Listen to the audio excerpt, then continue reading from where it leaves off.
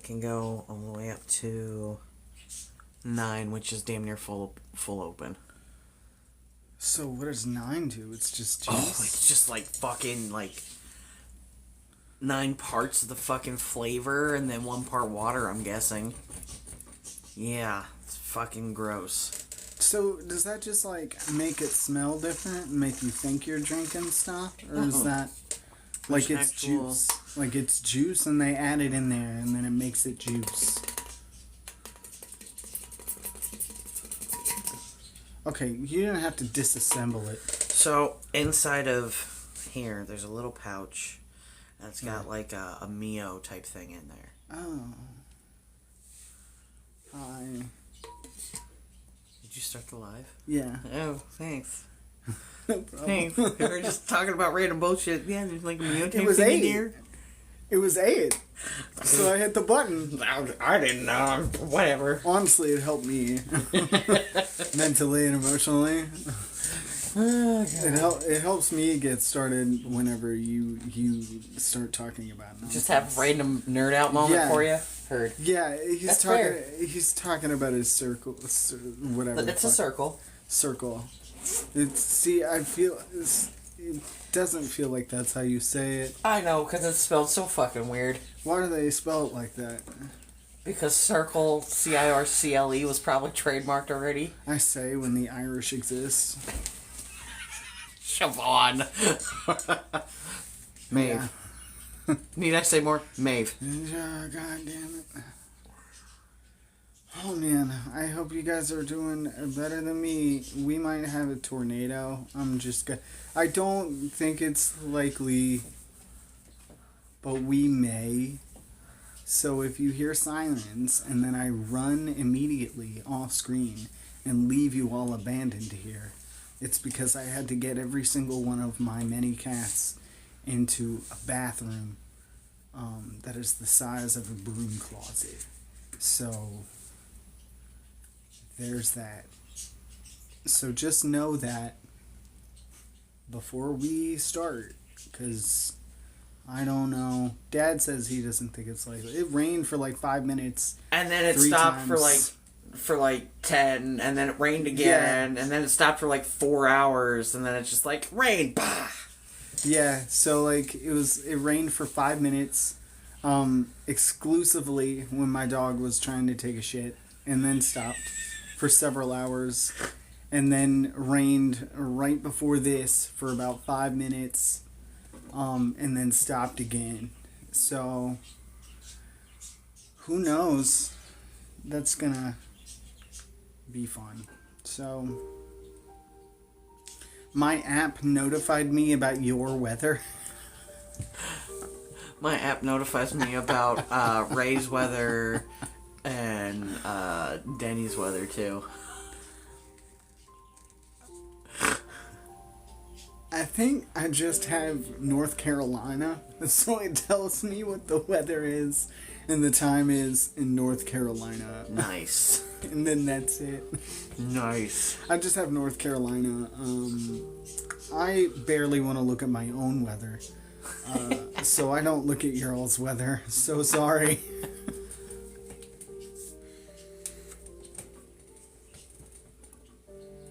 $105. Jesus. Well, Fuck that. stay hydrated.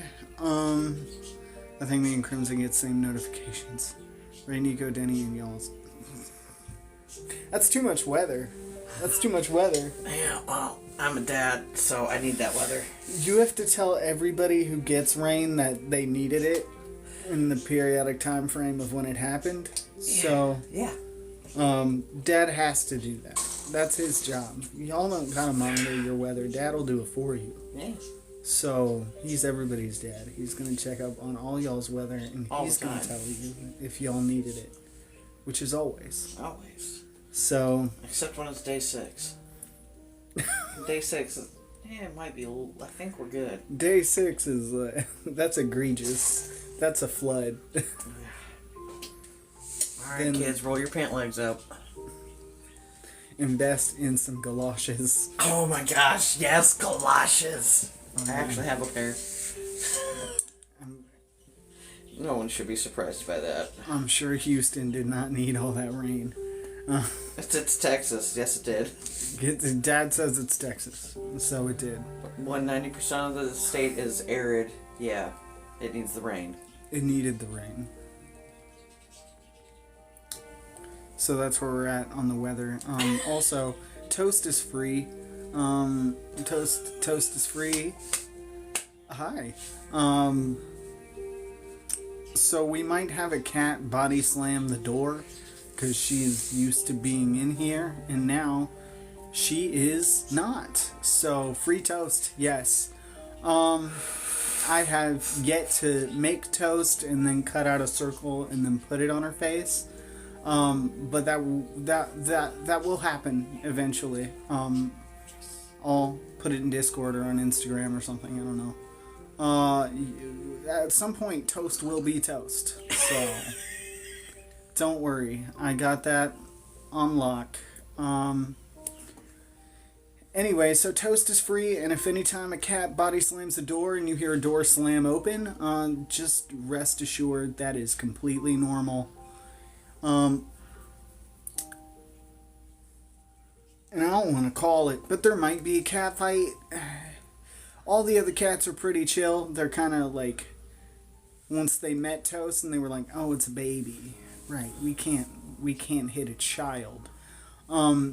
Minty is of these streets, so she has not fully grasped this scenario of like, this is a child, I do not need to fight for my resources anymore. Is still kind of having a level of beef. We're hoping that'll work itself out. It hasn't been egregious, but there might be like a little hiss match in the hallway. So if you hear cats hissing at each other, rest assured we got it on lock. Dad's here to break up fights. Yeah, it's Dad's job. Dad's job is to break up cat fights and oversee the environment while I am distracted. So, and keep an eye on everybody's weather. And keep an eye on everybody's weather. Yes. Those two are important. We are slowly assigning Dad's jobs as we go. He's also coffee monitor today. So yeah. He's got stuff to do now. He can't be voicing 40-year-old prospect miners. What do you want? Dad has many hats. Yes. Yeah, I got a coffee over there for when I finish my water, just in case. I don't think I need any more coffee right now because I can feel my heartbeat in my ears. So you should go get some coffee too. Everybody go get coffee. If you cannot hear your heartbeat in your ears, then you haven't yet attained maximum level. So you go take care of that. We'll be here when you get back. We're just straight chilling right now before we get into the meat of this. So we're all just having a good time. I hope you guys are doing well. I limit to 1 coffee per day. Normally my average is between 1 and 3 cups. Coffee just sparks joy. Good. I'm glad you've made it to decaf. I'm currently making cold brew with a bunch of Bushwhacker I found in my freezer. So, thank you, Swiftblood, for future cold brew, which I'm sure will be fantastic. Anyway. Yeah, I'm excited about it. I shouldn't be that excited. I also made some iced tea in there if you wanted some. I don't know if you were interested. I forgot to mention it. That's okay. I have prickly pear for now. Maybe No, I'm not making it with Java Monster again. I did that once as an experiment. And the concentrate... That was so weird. ...was sludge. My God. It was... insane. I thought I was gonna die or get colitis. I felt neurotypical and I didn't like it. Oh yeah, I bypassed I full on bypassed hearing my heartbeat in my ears. I was picking up like AM radio frequencies in my teeth. Dad almost choked on his circle. I almost choked on my water. Oh, Lord. He's got it. And we got it under control. We're monitoring the situation. We've investigated ourselves and we've found no wrongdoing.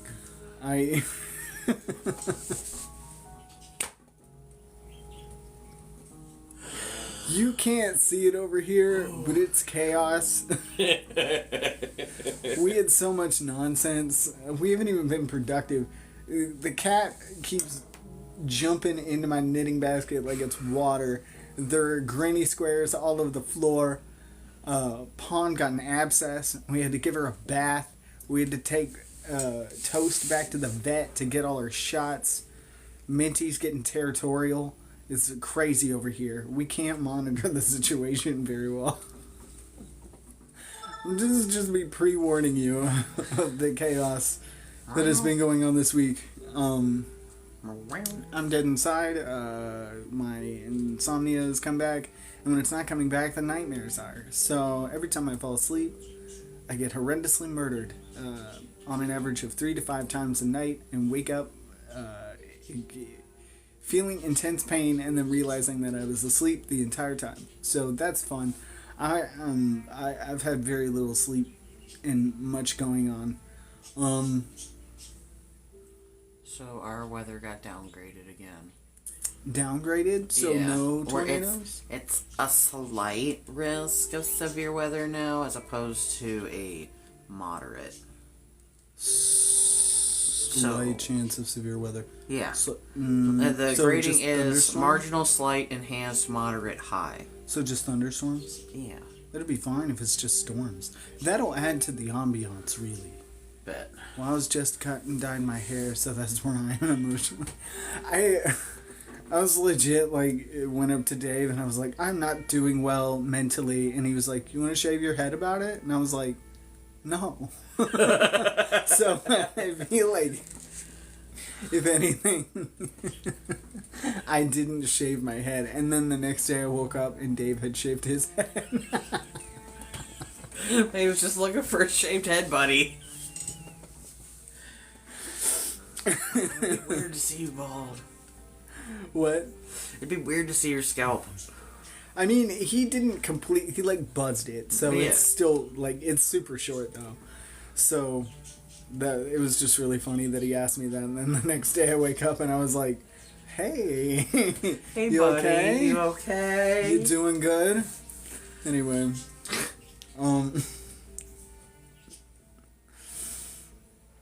hi. Oh man, it's Shark Week on Discovery right now. Sorry, That's a hyperfixation of mine. Sorry. Yeah, no, because and I know because we were watching Dynamite and they got the shark hats. Yeah, Shark Week on Discovery. Already. So- Discovery app. I may disappear. Yeah, it's Shark Week. It is, yeah. No lie. Sorry, I just saw someone named Shark Lover, so I was like, I gotta mention it. Guess I gotta go. Yeah, you gotta go to Discovery and check out Shark Week now that it's going on. If you have the Discovery app, I think it's all on there.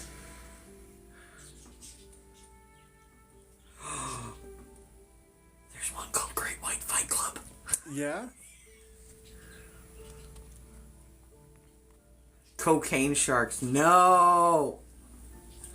No. Okay.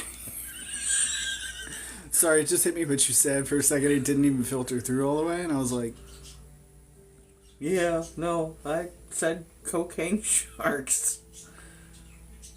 yeah, we're gonna lose a lot of people to Shark Week, and that's okay. Sorry. Sharks. Hey, no, that's fine. I just...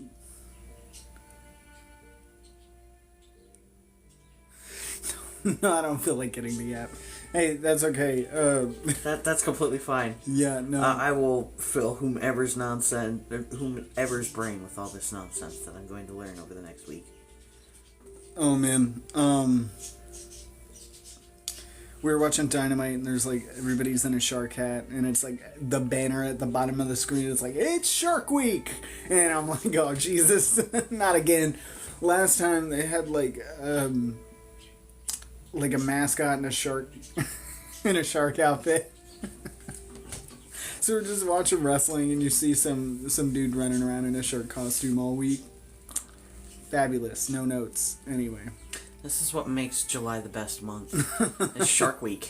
It's Shark Week. It's fucking Shark Week. Me and Dave were talking about it on Wednesday. We were like, you think they knew Shark Week was going to be that popular? Like, someone at Discovery was just like, why don't we just do a week of sharks, you guys? And everybody's like, that's a stupid idea, Greg. And then they were like, well, we don't got any other ideas. So they like pitched it, and everybody hated it, and then they ran with it anyway. And then they were like, we didn't know people were this into sharks. It's like finding out They're all the loads of people are still obsessed with trains. Like yes. They're like, we didn't realize that we had a demographic that. Wait a second. Oh yeah. Oh yeah. They're water dogs, not dolphins. Oh man. Except for those freshwater dolphins in the Amazon. Those are not nice. Those are mean. If I keep going on this, I'm going to go off on a tangent, and we don't need that. We'll be here all night, and I'll just be talking about Shark Week. So we gotta move on. I already skipped last week because I was having spicy brain. Some stuff was not stuffing. Anyway, and I left off at such a cliffhanger last time, and I was like, people are gonna be so mad. Anyway. If you're new here and you don't know what we do, this is a book club, and I don't sit here and talk about sharks the entire time, unfortunately. I know some people would probably really like that. No, I read a little bit of a book to you, and we work through a long-form series most of the time. So we're reading through Miss Peregrine's Home for Peculiar Children. So if you haven't read the book, or you'd like to read the book, you can go to the description to my YouTube and my TikTok bio and find the rest of the series there, or you can go and check out the books by Ransom Riggs. They're really good. We're on the 6th one, so if you're just joining now, you might be a little late to the party and you'll be pretty confused. You hopped in at book 6. What is your life like? Anyway, I'm already in a book club. You can have more than one. I'm just saying you might be confused if you stay in here and you don't know what's going on. But all the rest of my YouTube has all the previous recordings of all the previous books sorted by order. And we are on chapter 7 of The Desolations of Devil's Acre. And if you'd like a small recap of what we went through last time... Oh, bye. Thank you for joining while you did. Have fun with Shark Week. No, that was Shark Lover. They were like, I don't need another book club. I gotta go. And I'm like, okay, well, you have a fun time with Shark Week, my guy.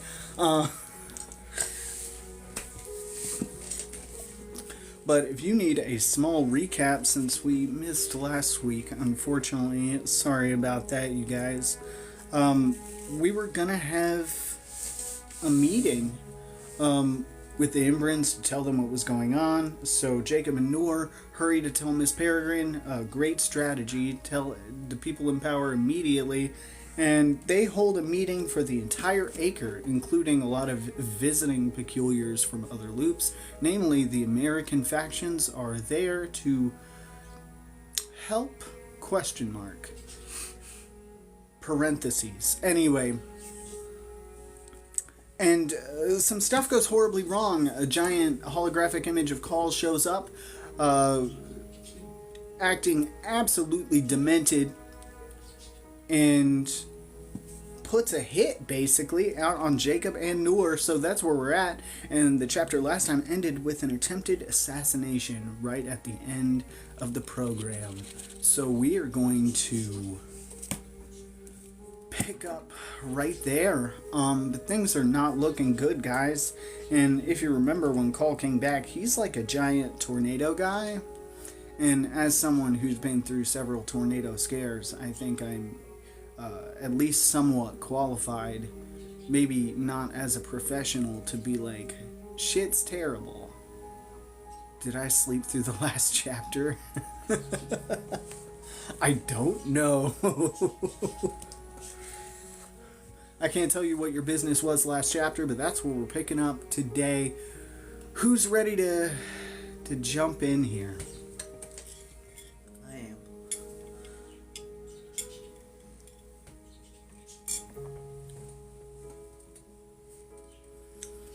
Two's in chat when we're ready to go.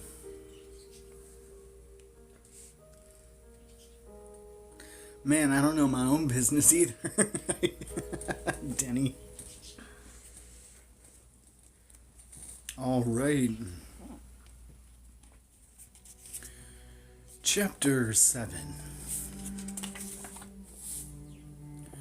The Embrons got Nor and me out of there as quickly as they could. Miss Peregrine, Miss Wren, and 3 home guards escorted us from the hall while our friends clamored to make sure we were all right and the crowd gawked. I tried to pull our friends along too, but Miss Peregrine, whispering behind me as she guided my shoulders, said it would look like special treatment if all her wards were evacuated first. Only Nor and I had been called out, marked for death. Beyond that, we were in the dark. We didn't know whether more would-be assassins would be waiting for us. Didn't know whether the Scanner Boy's attack was premeditated or if he'd been inspired by Call's bizarre rant. I knew the Embrons well enough by now to see that they were just as rattled as the rest of us. But since 100 terrified peculiars trapped together in one big room was the definition of a powder keg, they were doing their best to feign and maintain calm. Nor and I were hurried across the acre to a location deemed safe, the Embron Council chamber inside the Asylum Peculiar Ministries building. Along the way, we could hear the effortlessly calming voice of Amos Dexter through the loudspeakers. "Hey now, acre folk, let's all do our best to remain calm. We're safe. Call's not here. If you can walk, go on back to your dormitories. If you're injured, stay where you are, and a bone mender will come to you. Embrons will be paying visits to each house and dormitory throughout the day. I repeat, we are safe. And be sure to tune in to Amos's Hit Parade this afternoon when you and one lucky friend could win a draft horse." In a lightning-fast undertone, he added, "Winners will be split horse. Aliveness of horse not guaranteed. No returns or exchanges."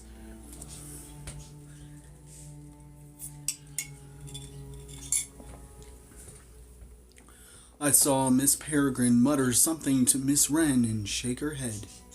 We arrived at the Ministries building and were brought upstairs to the council chamber, where we waited with Miss Peregrine and Miss Wren while the home guards stood watch outside the door. Other Embrons would be coming soon. In the meantime, we tried to make sense of what had happened. Nor and I sat at the long, polished conference table. Miss Wren stood beside a corkboard of loot maps on the wall, studying it like it might hold a clue to Call's plans, and Miss Peregrine treaded the floor, backlit by a triple-height window wreathed in vines. "It was largely a visual manifestation," she was saying, "with a few mind tricks tossed in for effect. The glass ceiling that wasn't there, the bloodied crowd, a loud magic lantern show, all sound and fury." "He's only trying to scare us," I said. "Job done," said Nor. "Everyone was freaking out." "He's trying to divide us," Miss Wren replied.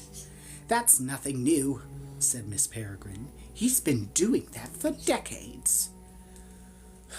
"But he's never been able to project himself and his propaganda into our midst before. That is new. If he can turn some of our own wards against us, he'll hardly need to wage much of a battle for Devil's Acre, will he?" "Do you really think that could happen?" Nor said. "That peculiars here would turn against you?" "Absolutely not," Miss Peregrine said dismissively, but I couldn't help remembering the loot freedom protest that had broken out just recently, and the underground meeting Sharon had invited me to. It may not have been a fiery, hot resistance movement, but even our mild diversions were cracks Cole could exploit and pry into gaping fissures. He got to at least one person, Nor pointed out. "We'll see," said Miss Peregrine. "It's possible the boy was just weak-minded, and Cole was able somehow to invade his thoughts."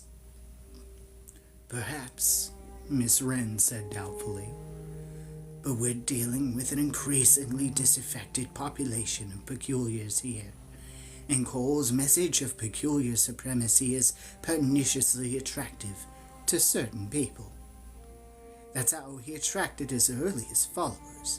And remember, some of our number are ex-mercenaries who lived in the Acre while it was under white control. I doubt they would welcome Cole's return, but they might not dread it either, nor fight very hard to prevent it." "That boy has been Miss Bobolink's ward for 50 years, said Miss Peregrine.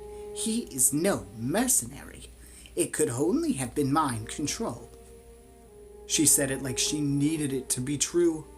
Mind control sounded a lot more problematic to me than one bad apple succumbing to Cole's poisonous rhetoric.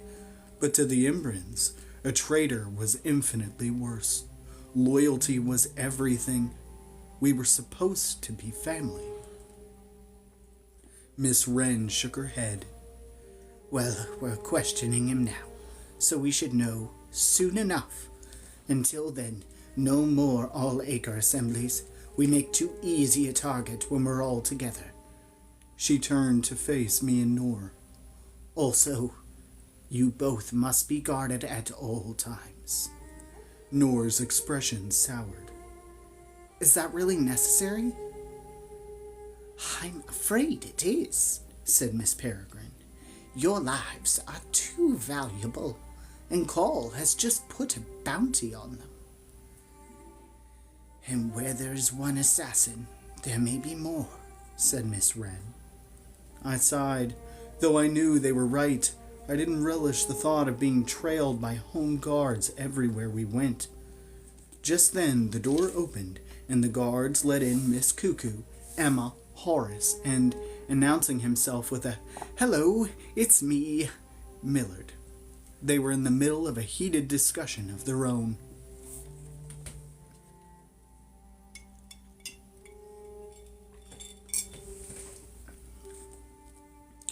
"But he projected himself right into our midst," Emma was saying. "If he can do that, he'll know everything we're planning." "No, it was as if we were watching him in a film," said Horace. "We could see him, but he couldn't see us." "How do you know?" I asked, and then they noticed me and Nor and rushed over to make a fuss over us. Once we'd assured them we were fine, Horace answered my question. "If Cole had spotted Miss P, don't you think he would have taunted her?" "That's true. He never misses an opportunity," Miss Peregrine said, and motioned for our friends to be seated. "And neither should we," said Millard, whose nakedness no one seemed to mind at the moment. "We need to dissect every word, every syllable, every visual clue that Cole's little show just gave us, and use them to form a picture of what he is now." "He's completely mad, is what he is," said Emma. "Did you hear the voices he was making?" "He's always been mad," said Miss Cuckoo. "That hasn't changed." "And it's never stopped him from achieving his wretched goals," said Horace. Emma turned to face the door. "Where's Miss Blackbird, Fern?" "Can you really make the Acre impenetrable?" Horace said. "And soon?" "Yes, we think so," Miss Peregrine replied, though she sounded less certain now than she had in front of the whole assembled Acre. She seemed about to explain further when Emma said, "Hi, there you are." And in came Miss Blackbird and Fern, one of the diviners from Portal, her big hat now in her hands. I said hello, and she gave a tiny wave, too shaken for pleasantries. Fern's a guest from America, Miss Cuckoo said. Her peculiarity allowed her to make a very useful observation about call. Go on, dear. Fern cleared her throat nervously, then hesitated. You're a diviner, Emma prompted her. Start there. Awful sorry, Fern said in her soft southern drawl. I'm not used to being so proximate to, or in the company of Embrins, Emma said. She's rarely been around real Embrins before. I'm sure she can speak for herself, Miss Cuckoo said, and Emma looked chastened. Fern cleared her throat again. I'm a diviner, and the thing I divine is other peculiars, whether they're close or far, here or there. Like my Addison does, said Miss Wren. Not quite, said Fern. Your dog smells peculiarity, but I can see it. Our peculiarities emit a certain kind of energy, you see, which I'm sensitive to. She looked down shyly, as if embarrassed at having spoken so much. I'd never known her to be timid. She must really have been intimidated by the presence of so many Embrins. And what did you observe today? Miss Cuckoo prodded. In the beginning, when he first appeared, the blue man was real strong, but by the end, just before he turned into birds and disappeared, his energy was weak. He was all worn out. Fascinating, said Miss Wren. So it cost him something to project himself that way. Which means he is exhaustible, said Miss Cuckoo. Finite, Millard added. Therefore not quite the god he claims to be. Miss Peregrine grimaced. Don't rejoice yet. My brother's only just been resurrected. I imagine he's still gathering his strength. She glanced at our visitor, whose eyes were widening by the second. Thank you, Fern. That was enormously helpful. Vernon, would you see she gets back to her dormitory safely?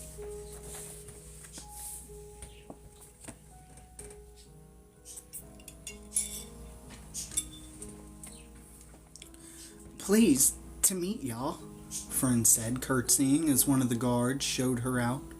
The moment the door closed, Horace was out of his chair and tugging at Miss Peregrine's sleeve. You were saying about making Acre impenetrable?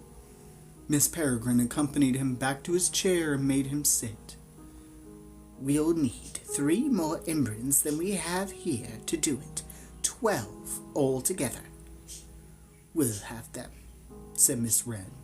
I know for a fact Miss Waxwing and Miss Troupial are abandoning their loops to bring their wards here. Safety in numbers, you know. Raise the drawbridge. And I will recall Miss Merganza from Mozambique today, said Miss Cuckoo. She's freelance, with no wards to concern herself about. If this can be done, Miss Wren cautioned. It's an untested technique. Untested on such a wide area as an entire loop, anyway. What is it? I said. It's a sort of shielding web that's woven around the loop, Miss Peregrine explained. We call it the quilt. How soon can you create it? Asked Horace. As soon as the other Embrins arrive, replied Miss Cuckoo. What about the Panopticon? Millard said. It'll have to be disconnected, won't it? It's like 100 back doors into this place. He's right, Miss Peregrine said. It's a terrible vulnerability. Close it now, Horace cried, but then he looked perplexed. But then we'll be stuck here. Under siege with no escape route? We can't turn it off, said Miss Wren, her eyes pinning Miss Peregrine. Not until we find them. Not nor before our 3 Imbrins arrive, Miss Peregrine replied. Them? Emma said. Aren't you forgetting something? Nor said to the Imbrins. What about the prophecy? What about the other 6? I'm so glad you mentioned it, said Miss Wren, turning to Nor with just a hint of a smile. That's just the them I was referring to. There was a knock at the door. Who is it now? Miss Peregrine sighed. It was Miss Avocet and 2 trainees, a guard announced, and the old Imbrin came wheeling in with Francesca and Sigrid. Your timing is excellent, said Miss Wren. We were just discussing the prophecy, or were about to. Is there something new? Horace asked eagerly. First things first, said Miss Avocet, wheeling herself toward Nor and me. How are you both holding up? She was only looking at Nor, though Nor glanced quickly at me before answering. We're all right. You've only just arrived, and there's been such drama. Much of it aimed at you, she said pityingly.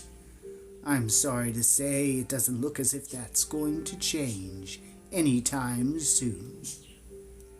Thanks for worrying about me, but you don't have to, Nor said. It's my fault all this is happening, and I'm gonna fix it. Just tell me how. My dear, that is utter nonsense, said Miss Avocet. Miss Peregrine looked exasperated. I keep trying to tell her. Please, Nor said sharply. Stop trying to tell me how to feel and just tell me what I can do. Tell me what you know about the other 6. Miss Avocet sighed. Yes, all right. With some effort, she wheeled herself to the head of the conference table, proudly refusing Francesca's help. The minute I heard Cole had been resurrected, I ordered all my Imbrins in training to scour the Apocryphon in all its various translations for references to the 7. Francesca. Miss Avocet's star pupil stepped forward.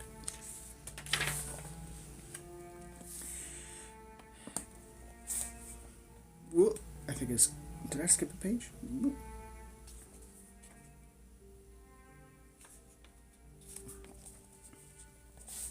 No, wait. Miss Avocet's star pupil stepped forward. As you all may remember, there were specific references to Nor's birth, but little mention of the other 6. Nothing that might have helped us pinpoint their nationality, location, or era. We cannot assume they are all modern children born recently. The prophecy was written some 400 years ago, and it's entirely possible some of the prophecy children may now be very old. But we just don't know. She allowed herself a dramatic pause.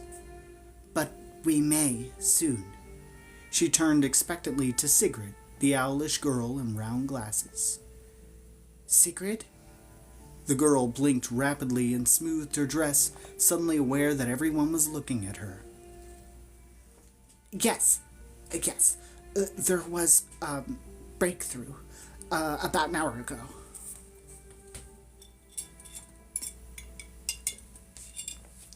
Miss Peregrine seemed surprised. During the assembly? Yes, I work part-time in the communications room in the basement level of Bentham House. The room with all the radios? I said, remembering the people I'd seen there wrapped head to toe in wires and antennas. That's the one. We've been monitoring our networks for encoded communications from the Whites, and while that hasn't been fruitful, 2 days ago we picked up a series of late-night, long-distance loop calls. Or, rather, it was the same call, made a series of times to different numbers. It was a young girl's voice. We have a recording of what was said. Sigrid's hand had been hidden behind her back, and now she raised it to her face and read something written on the palm. He's back. meet at the meeting place fast as fast can be, Francesca said. She spoke the same words in the same order in each of the calls.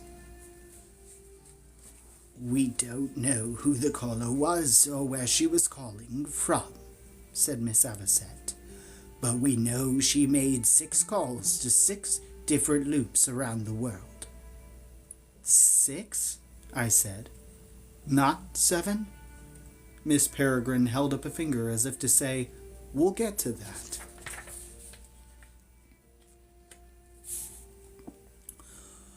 Only 1 call was made to America, Sigrid continued. While we can't pinpoint the location of the call with a great deal of accuracy, we know it was to a loop previously unknown to us in eastern Pennsylvania. Noor, who had been standing, sat down. Oh my God. A shiver went through me, the same eerie sensation I got whenever big pieces began falling into place. They tried to call V, I said. This happened 2 days ago, said Miss Peregrine. Why are we just hearing about this now? Sigrid shuffled her feet. We didn't understand its true importance, but when we learned Call had returned. He's back is fairly telling, said Emma. Miss Avocet said, Our communications people think the calls were made to 6 Imbrins. We know now that V was 1. We also believe that Imbrins were assigned to protect each of the prophesied children. Assigned by who? I said. Wouldn't you have known about this, Miss Avocet?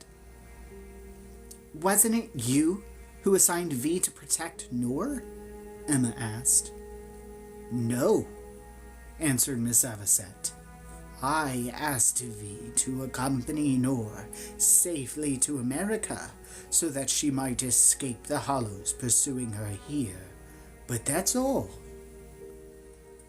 I had no inkling of the other 6 or any knowledge of how important Noor really was.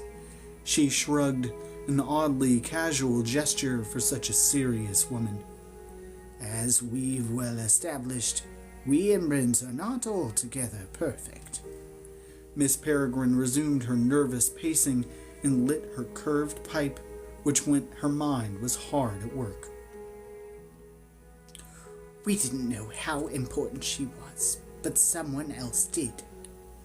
They took the catastrophes prophesied in the Apocryphon seriously and made preparations to protect the 7. They were waiting for this. The question is, her heels clicked as she stopped and blew out a cloud of purple smoke. Who placed the calls? It seemed no one wanted to repeat the words, I don't know again, so everyone was quiet until I asked, why did they only make 6 calls if there are 7 children? Perhaps because whoever made the calls already had one of the 7 in their safekeeping, said Millard. Or maybe the girl who made the calls herself was one of the 7, said Miss Avocet. Miss Peregrine frowned skeptically, but stopped short of disagreeing out loud with her senior Imbrin. Either way, said Millard, surely all that matters now is locating their meeting place. Fast as fast can be. Sigrid, are we absolutely sure none of those calls was traceable? Sigrid nodded. But their destinations were. Aside from Pennsylvania, USA, there was a call placed to Slovenia, one to the Andaman Islands off the western coast of Thailand, one to Namibia in southern Africa, one to the Amazon basin in Brazil, and one to the Kaladosh region of northern Iran. But their origin is a mystery. The radio operator said he'd never seen anything like it. He said it was as if all the calls came out of the ether.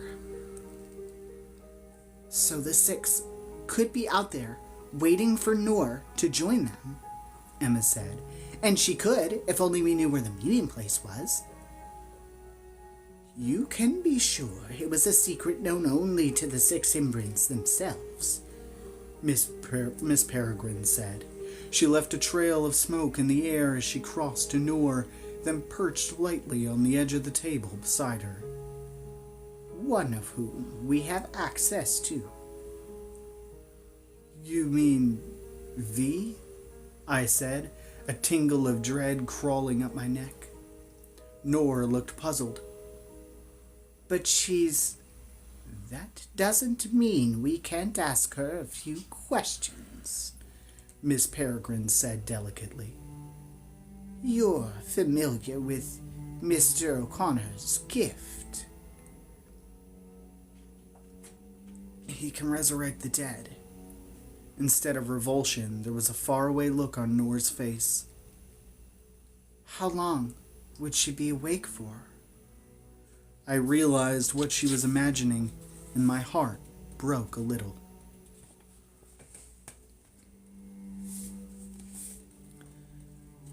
Not long, Miss Peregrine said. A few minutes, at most. But I must warn you, she won't be the woman you remember. The whole thing is pretty horrible, I said, which was a mild word for what it was. To see a person you loved turning into one of Enoch's meat puppets would be downright scarring. Would you consent to it? Miss Peregrine said. If you don't, we'll find another way. I saw Miss Wren's eyebrow rise. What other way? But she kept silent. Finally, Noor said, Do what you have to do, even if it is horrible. Miss Peregrine thanked her and patted her on the shoulder. We'll send a team to retrieve her body within the hour. Noor looked up sharply. I said I want to be a part of it. And I told you it's a risk we can't take. Miss Peregrine looked sternly at me. Same goes for you, Mr. Portman. What about the hollow gas that's hanging around? I said. He's pretty banged up, but sometimes an injured hollow can be even more dangerous than... We were evading hollows long before you arrived, said Miss Wren. I saw Emma wince. Ouch. Don't feel useless, mon garçon, said Miss Cuckoo. We'll have dangerous things for you to do soon enough.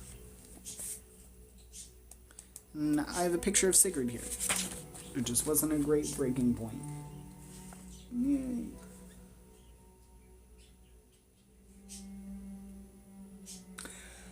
I just thought she looked pretty nervous.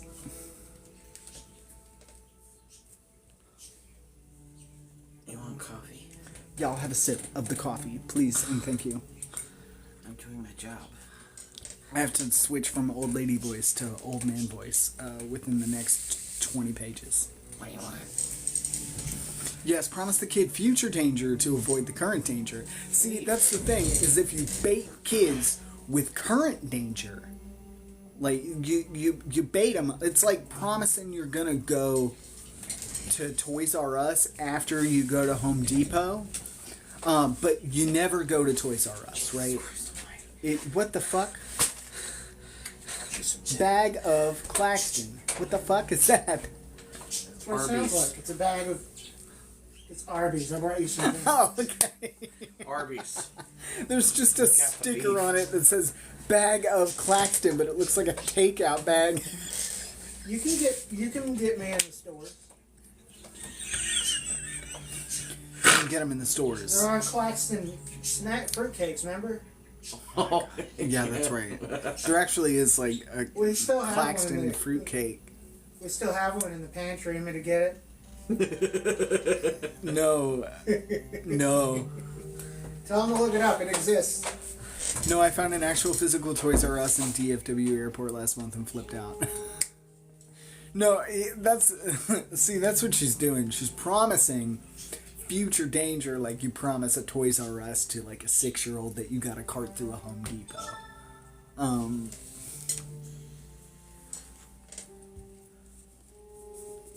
There is future danger though, actually. And we're gonna roll right on into chapter 8. I think we have enough to. I'm gonna take another sip of water really quick. I was the 6-year-old that wanted to go to Home Depot. Same. Should include my parents in. I never really cared either way. I was just like, I'll just go wherever. I don't care. Like, I didn't want to go to Toys R Us. Like, but my brother did. Yeah. I didn't really care about going anywhere. I was like, I got everything I need. I'm good. I was like already we got X at home. We have blank at home when I was a kid. I was like, I don't need to go there. The only place that I ever got really excited to go was Books A Million, which isn't even a thing anymore. It's not even around. They're all Barnes & Noble. Barnes & Noble is the only place left, I think, in independent bookstores. But Books A Million Mine was was where Walden I wanted Books. to be as a kid. That's the only place I wanted to be. My mom would just drop me off at a Books A Million and be like, stay here. Books A Million was my babysitter.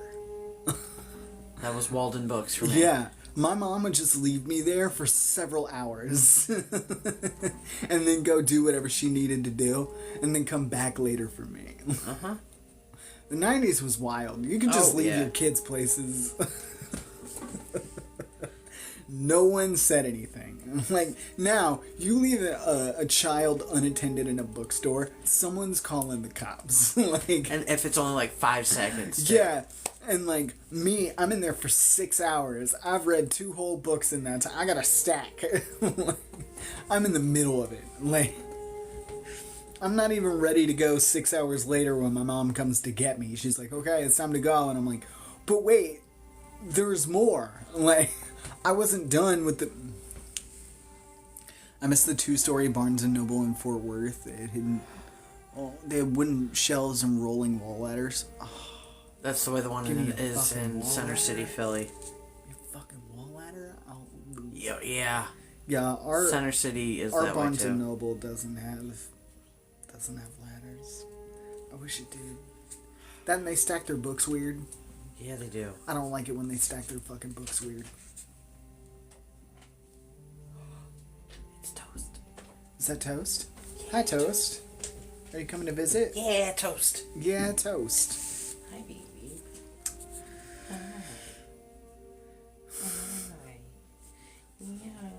Do y'all want to see Toast? I don't know if Dad will give up Toast, actually. I'll pass off toast. It's fine. Here. Your adoring public wants to see you. We get a mild Toast intermission. Yeah, toast. Yeah, Toast. Toast. Oh. Now that she can explore the house, she does. See, she goes by the cat law of like, whenever you don't want her to crawl in your lap, she desperately wants to be there. And the minute you want to pet her and you have time, is not interested. It is not interested at all. Yeah, toast. Yeah, toast. I guarantee you, I'll be streaming later, and she's gonna at some point be like, nap time is on the controller we're using. Like, she loves doing that. She loves napping on the controller that I'm actively using. And clawing the crap out of my legs. Uh-huh. She's really good at that. That's her video game.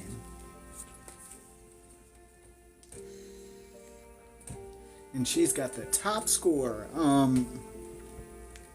Oh yeah, she likes to jump on the keyboard too. So if I'm playing a game and you suddenly see a blur pass through the camera and there's a lot of letters in just the general voice chat, that's Toast saying hi.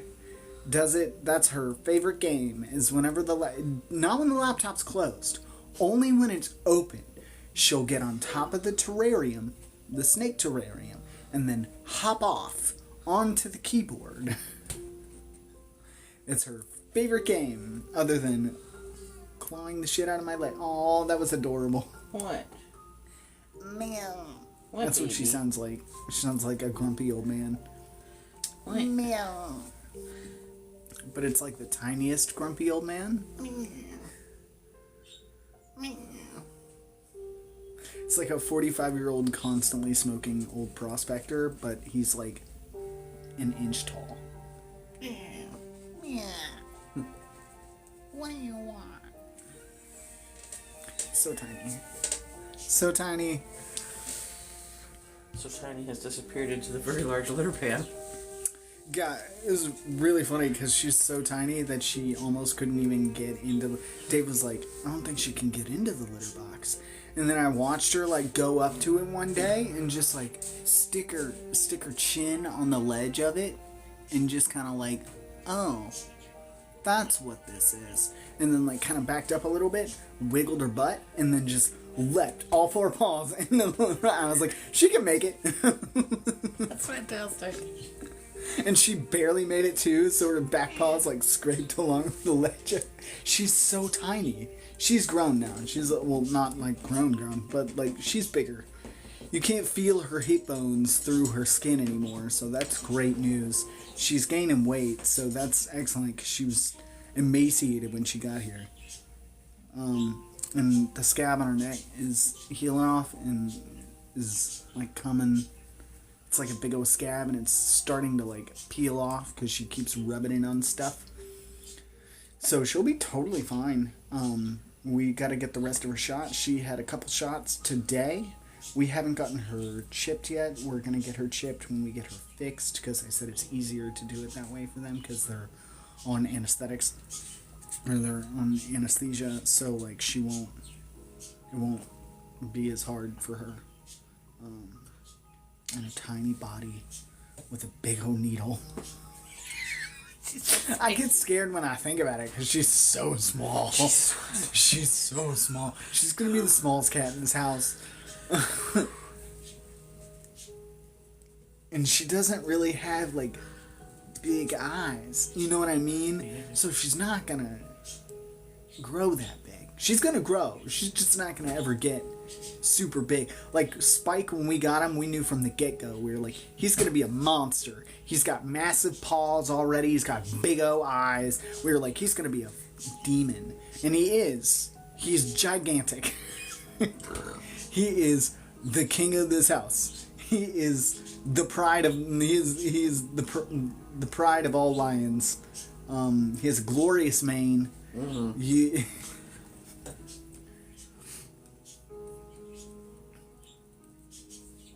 Sorry, I got distracted. Toast is being adorable.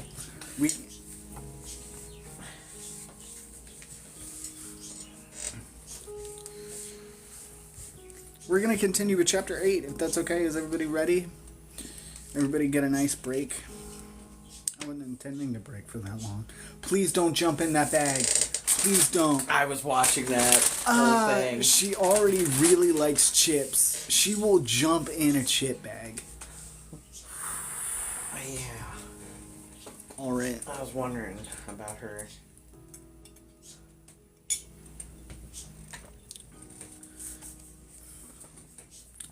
Chapter 8. Just hanging around the acre was dangerous enough on an average day, what with its many natural hazards, smoking streets, jets of flame, flesh-eating bacteria in the canals, as well as various malefactors, both normal and peculiar, who lurked in its shadows. But now that Nora and I had nearly been assassinated, the Emperors were taking no chances, which was why a pair of guards stuck to us like glue as we walked back to Ditch House, then posted themselves outside the front door. Most of our friends were inside, burning off residual stress from the disastrous assembly with household tasks. Emma boiled water for laundry in a big metal tub, and when the clothes were cleaned and wrung out, they were hung beside the coal-burning radiator in the basement. Hanging them outside in the acre's ashy air would have only made them dirty again. When they were dry, Horace starched and ironed them, all the while waxing rhapsodic about the modern miracle that was fabric softener. Obtaining it, he insisted, was one of the few compelling reasons ever to venture into the present day. Olive removed her leaden boots and polished the ceiling with a rag and a feather duster. Fiona tended to the vines, nipping them back where they had begun to invade the interior of the house, which was almost everywhere. Anything Fiona grew, Hugh explained, was forever ever attracted to her, and would inch steadily in her direction whenever her back was turned. The rest of us busied ourselves with making beds, mopping floors, cleaning up after the chickens, and sweeping away the ash that drifted into the house every time a door or a window was opened.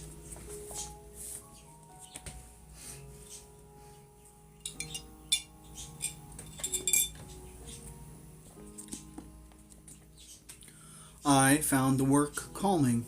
It helped restore a small sense of normality to a world that was teetering precariously, but some of my friends were only growing more jittery. After an hour, Hugh threw down the broom he'd been wielding and cried, "I can't take it anymore." "Me either," Enoch said. "This floor polish smells like kerosene." "No, I mean, why are we being made to just wait around? We've just been told that Call is coming, and who knows what sort of fighting force he'll arrive with. Shouldn't we be assembling one of our own, preparing for battle?" "I bet you could round up a battalion of killer bees," Olive said. She pushed herself down from the ceiling and grabbed onto a chair. "There's a loop door that leads to some flowering fields in Paraguay. Second floor hallway, third door left from the loo." "There's a town on London's outskirts full of invisibles trained in guerrilla warfare," Millard said. Horace turned to Fiona. "Have you had any more contact with the tree people from the great Hibernian forest? An army of trees, think of that." Fiona whispered something to Hugh, who said, "No, but she says she could drop a line." "We already have an army," Claire said. "They're called the Home Guard." "What's left of it," Hugh said with a little sigh. "The Hollows tore them to shreds during the raids." "I wouldn't trust them to defend my lunch, much less my loop," said Enoch. Olive pressed a finger to her lips. "Shh! They're outside and the door. You'll hurt their feelings." "I feel the same frustration as the rest of you," Emma said. "But right now, we need to set an example for all the other peculiars in Devil's Acre. Like Miss P said, and not run around like the sky is falling. When the Embers need us to assemble a peculiar army, you can be sure they'll let us know." Grumbling, Hugh announced he was breaking for lunch and stomped off toward the kitchen.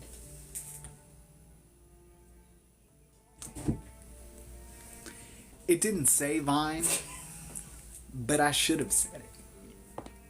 He should have wrote it. He should have. I just need you to know I have moved her from the desk about 6 times already. Oh, you're gonna do it more. Yeah. A little while later, Miss Peregrine arrived with Miss Cuckoo in tow. Nora and I spoke to them in the little sitting room near the kitchen. We told them everything we could about how to find V's body and the challenges their team might face along the way, including, but not limited to, the injured Hologhast, more whites who may have gone to check on the one in the yellow raincoat, and the dopey but potentially troublesome cops at my house who had witnessed our exit through the pocket loop. "Might need to be memory wiped," Miss Peregrine muttered to Miss Cuckoo, who nodded. There would also be the remnants of the hurricane to deal with, I said, which could make driving tough. "You'll need a car. My grandfather's is in my parents' driveway, but it needs a new tire." "Let us worry about that," Miss Peregrine replied. We were excused and went out into the kitchen, and the Embrins emerged a short time later. They laid out the basics of the mission and asked for 2 volunteers. Emma's hand shot up, so did Enoch's, but Miss Peregrine refused him. "You're the only irreplaceable part of this operation, Mr. O'Connor, and I need you here, rested and ready to work the moment we return with V's body." His eyes gleamed with excitement. "I'll be ready." He patted the jar-shaped protrusion in his jacket. These murderers' hearts are tops if you need your resurrectee to do something physical. But for strength of mind, a poet's heart would be ideal, if I can lay my hands on one. Might need to sneak down to Westminster Abbey with a spade.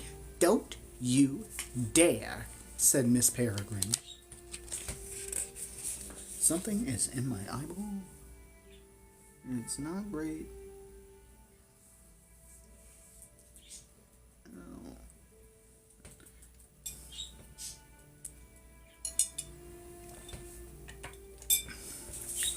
All right.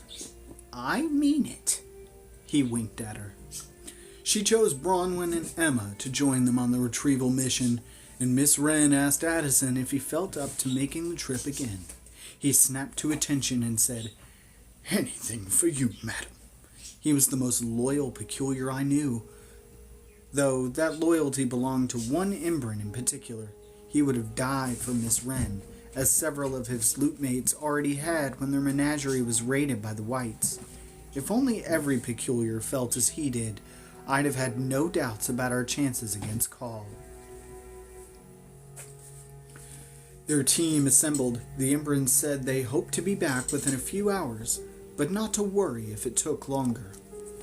We wished them luck and they set off.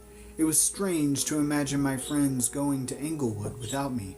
Stranger still to imagine what they'd be bringing back.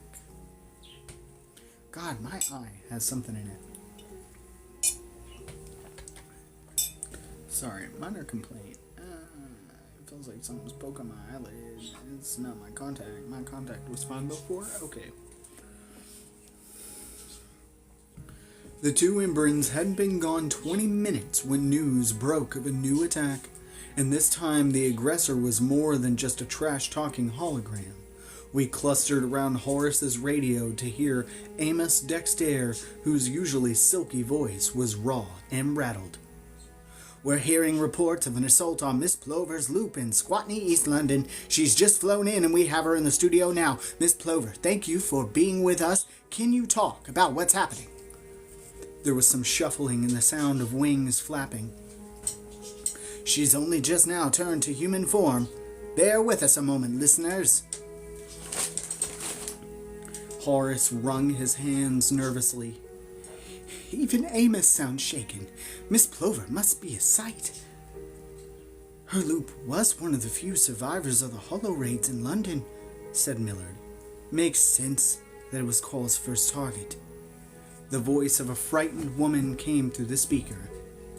Yes, Adrian Plover here. They came smashing in through the walls of a house. Who did, ma'am? Leaves and branches and wind.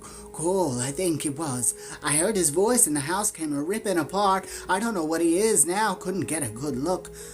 But he ain't human no more. I was able to get my littlest ones out safe. Except for Sheena. And Ruthie? She broke down, crying. Amos quickly took his microphone back. He thanked the Imbrin for stopping by the studio, then introduced Miss Bobolink, who instructed everyone listening to keep calm and carry on. All Laker business will continue as normal until further notice. You're expected to report to your work assignments and classes as usual. Curfew will be in effect after dark, but until then, go about your day as you would any other. Rest assured, we are taking every measure to ensure your safety and security. The more they say that, the less I believe it, muttered Emma. It's official, then, Millard said glumly. Cole can do more than just project a hologram of himself. Now he can mount a physical attack. We're sure that was him? Horace said. Nor said, Monstrous tree, tornado winds, that's him. Cole 2.0, I concurred. It's nothing to worry about, Hugh said. Miss Plover's loop is fairly isolated and only lightly defended. Easy pickings. Claire could have run Miss Plover out of that loop, Enoch agreed. And I can bite your toes off with my back mouth while you sleep tonight, Claire growled. Would you like that? Enoch ignored her, as he usually did. He knows he can't really turn us against the Emperors, Hugh said, so Call's plan B is to scare us away. Get as many of us to abandon the acre as he can, and then he'll be able to waltz into a nearly undefended loop.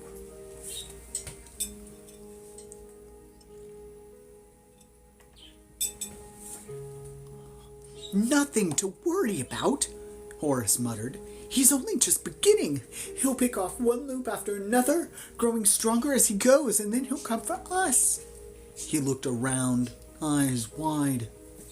Doesn't that sound like nothing to worry about? Sounds like nothing to be done about. So why worry? Said Hugh, his voice cracking on the word worry. There's plenty to be done, and I don't mean laundry, said Enoch. I need that poet's heart if I'm going to resurrect a body who's going to be asked questions, or the answers will be all half gibberish. I'm not just going to sit around and wait. Hugh rose from the bed and moved toward the door. Me neither. What do you say, Fee? Feeling up to a little adventure? She was already waiting for him in the doorway, long-stemmed flowers curling excitedly around her ankles. Claire jumped up and stomped over to them. Where do you think you're going? That loop door Olive mentioned before, Hugh said. 21Q, third from the loo. Just scouting. We'll be back in a jiff. And if you tattle to Miss B about it, I'll chew off your toes. Well, I officially object.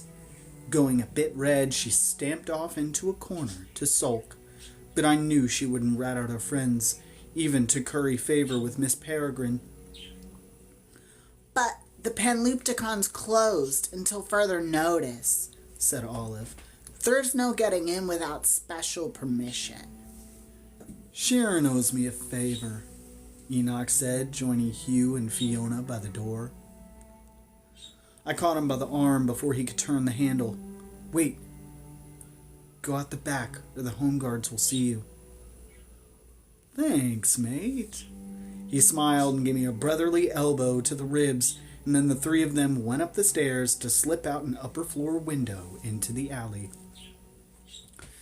An invisible hand tapped my shoulder. I don't suppose you and Nor would be amenable to a bit of sneaking around as well? Millard asked. Unless there's something here you'd rather be dusting. Nor smirked. What did you have in mind? I was hoping you still had V's stopwatch. The expulsitator? Nor checked the pocket of her striped dress. Right here. It's fried, though. Well, that's just it. Maybe it's not. I'd like to show it to my tinker friend if you don't mind. He's got a knack for these things, and if we really do have to close the Panlupticon, it will be a good thing to have a working expulsitator on hand for emergencies. I guess it's worth a try, Nora said, and it's a hell of a lot better than going nuts waiting around here. What do you think, Jacob? My feet were itching to move. There had only been guards at the door for a short time, and already I felt like a prisoner. Yeah, it's worth a try. Let's just make sure we're back before... I trailed off. The words stalled in my throat before they come back with V's body. It's a promise, said Millard. Oh, good God. Yeah, toast. You seem very behaved right now. It's all no. It's all a lie. It's never worked. They know they're not going to Toys R Us. I know. They've already figured out, right? Yeah. Anyway. We snuck out the rear second floor window like our friends had a few minutes before. After shimmying down a ladder of wobbly stilts, we dodged a stream of ashy sewage and darted down the narrow, crooked alley that ran behind the house. The guards wouldn't have let us go even if we'd been able to convince them the trip was necessary, and we agreed that the fewer people who knew about the existence of a potentially repaired expulsitator, the better. It had saved Nora's life once. If Call closed in and the situation here in the acre got really dire, it might be called upon to do so again. I couldn't have some panicky peculiar trying to steal it. I especially didn't want the Americans to find out about it. Desperation could make good people do bad things, and morally ambivalent people do really bad things.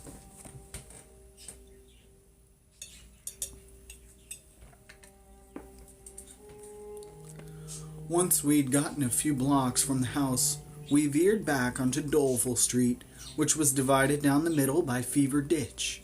On each side of the festering water, peculiars were out, and they were busy. But this wasn't an average day in the acre. In spite of the Embryn's instructions to carry on as usual, it looked like nearly everyone had forsaken their jobs and classes to prepare for an attack in any way they could. The ditch was a liquid parking lot of skiffs and barges, and boatmen were offloading crates onto trucks and horse-drawn carts. Food, clothing, tools, medicine, Millard said. Your basic siege survival supplies.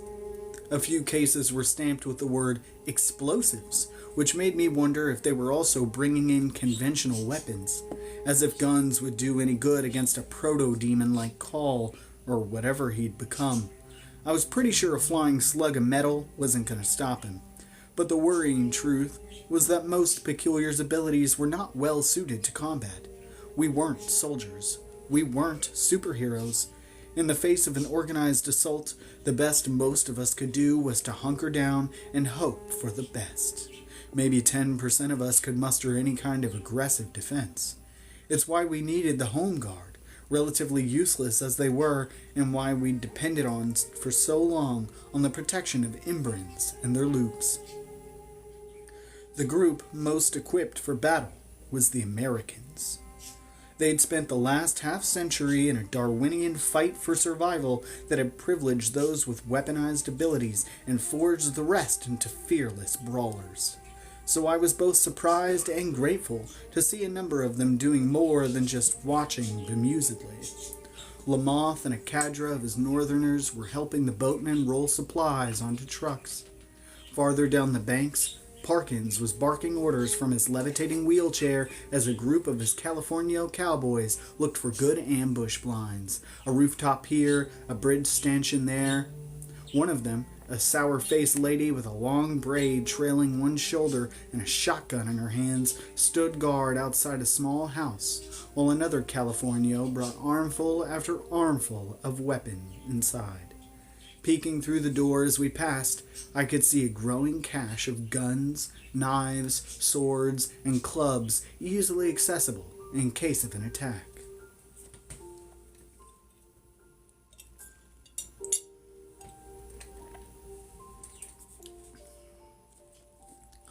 Leo Burnham was notably absent, but had sent some goons in his stead. Nor shied away as we walked by 4 of them at the Shrunken Head, just visible through an open window.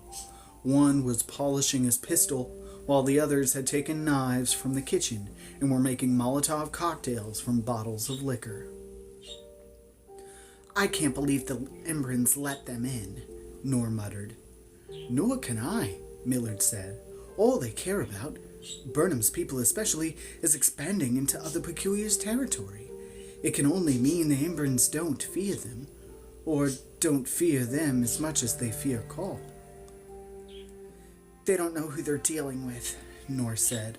Rounding a corner, we came upon Wreck Donovan and Dogface, who were working with a gang of untouchables and some Peculiars from the Acre to fortify the entrance of the Peculiars Ministries building with sandbags and gun emplacements, while Angelica was using her cloud to try and blow a bothersome squall of bones away from the workers. I thought you were just here to observe, I said, approaching Wreck. He grinned. Well, someone had to get you people ready for battle. Your Embryns certainly aren't lifting a finger. Just as he said it, a scattering of finger bones rained onto the cobblestones nearby.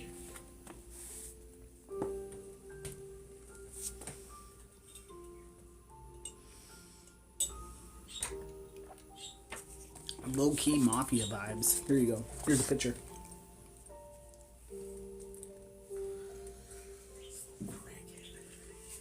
What? That's a crackhead over here. Oh, I know. Toast is destroying everything. If you're wondering what all the noises are. It's Toast, knocking over all of Dad's stuff that he brought with him, scattering it about the floor, causing mayhem.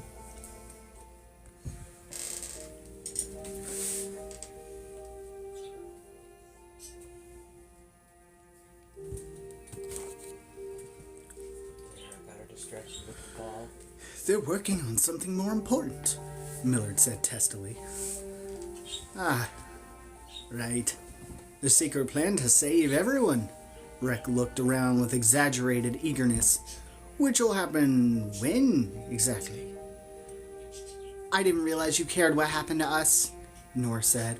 Rek picked up one of the skeletal fingers from the ground and wagged it at us. Don't confuse our assistance for Karen.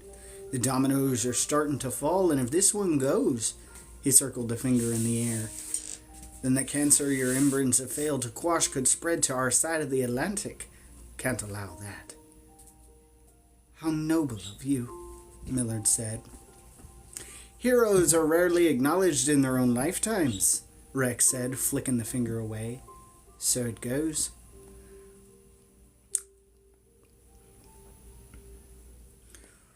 But don't expect us to stick around if things get really hairy, said the half-warthog Untouchable as she passed carrying a sandbag.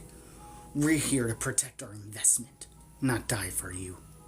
My head snapped toward Rek. What investment? A flicker of irritation crossed his face, but he recovered quickly. Our investment in you, he said with saccharine sweetness. Who we hope to remain friends and allies with for years to come. But they'd let something slip, and now we had even more reason to distrust them. Come on, fellows, we don't have all day to waste on this swaggering gas bag, said Millard. Rek flashed us a cocky, two-fingered salute goodbye. Then, with a lift of his arm, a sandbag rose into the air and followed him as he walked off toward the ministry's building. So that's what he can do, I thought. And we got some more pictures. Lady with a shotgun.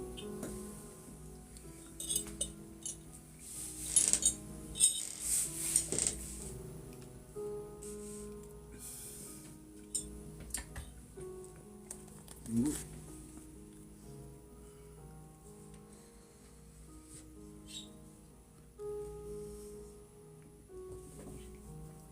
If TikTok asks, these are fake. You sure can. Start growing your hair out now, get a shotgun. Real easy. Get a cool dress.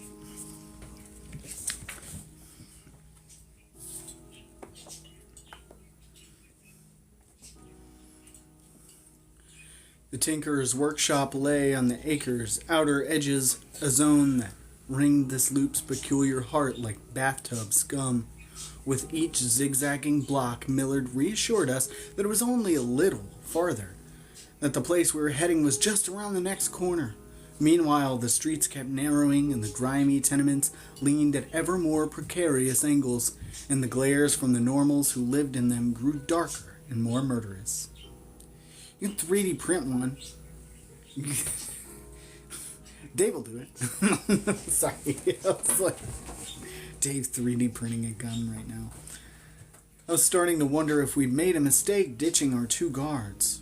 From a doorway, an old crone hissed, "Begone, ye cursed strangers!" and then spat at us while furiously scratching her head. We darted across the street as she retreated into a basement bolt hole. God, what's eating her? Nor said. Lice, worms, possibly rats, said Millard. You'll want to give all these looped normals a wide berth. It's been raining blood and bones here for days, and I suspect they think it's the end of the world. They might be right, Nor said. I didn't know any peculiars lived out here, I said, eager to change the subject. Here's the old woman who's kind of going through it right now.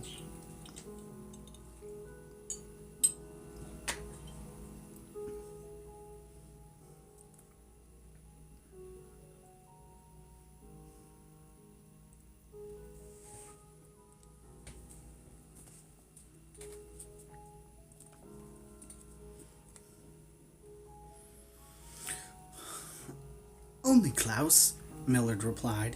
Says he doesn't like people breathing down his neck. He's a bit eccentric, though I suppose that's the pot calling the kettle black. We found the tinkerer's house at long last in the middle of a deserted-looking block. A hand-lettered sign above the weathered door read Clock Repair.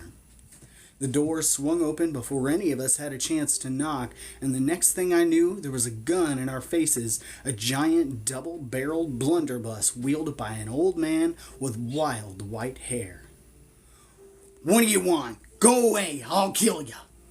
Don't shoot, I cried, and I heard Miller drop to the ground while Nora and I flung our arms in the air. It's me, Klaus. It's Millard Nullings. He looked down at the ground. What? Millard Nullings. The old man squinted at the empty air from which Millard's voice had issued and slowly lowered his blunderbuss. Hell, why didn't you tell me you was coming?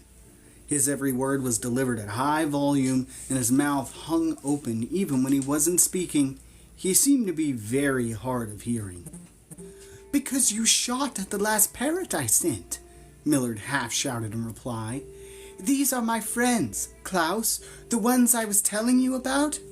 Klaus nodded, then picked up the long gun again, raised it over our heads, and fired off a blast. We threw ourselves to the ground. Just so's none of you gets any ideas, he shouted to the empty windows across the street. When I dared to uncover my head, I saw that the only thing he was aiming at us now was a wide smile, his lips a pale, chapped crescent in the bushy nest of his great white beard. Don't fret, she only shoots blanks, he stage whispered, then motioned for us to follow him into his workshop. I peered after him. It was pretty dark inside, and all I could make out from where I lay were teetering piles of clutter. Nor looked around and hissed, Millard, where are you? I owe you a slap in the head.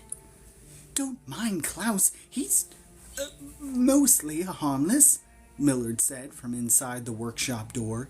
He wouldn't hurt a maggot. He's just an old-fashioned American. What does that mean? I said, helping Nor up. He also happens to be a genius, Millard said, ignoring me. He kept half of the inbred loops in California ticking before the whites people tricked him into coming to work for them here. Well, Klaus roared from somewhere in the workshop, you want to let in every dad-blam fly ever in Fever Ditch, or will you come in and drink my whiskey? Here's Klaus. He's in a bad mood. That's you. Almost had Dad do this. But Dad would have been scrunched over here with me the entire time. What do you want?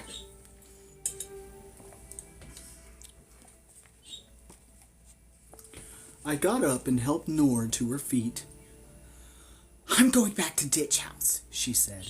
If the whites trusted him, how can we?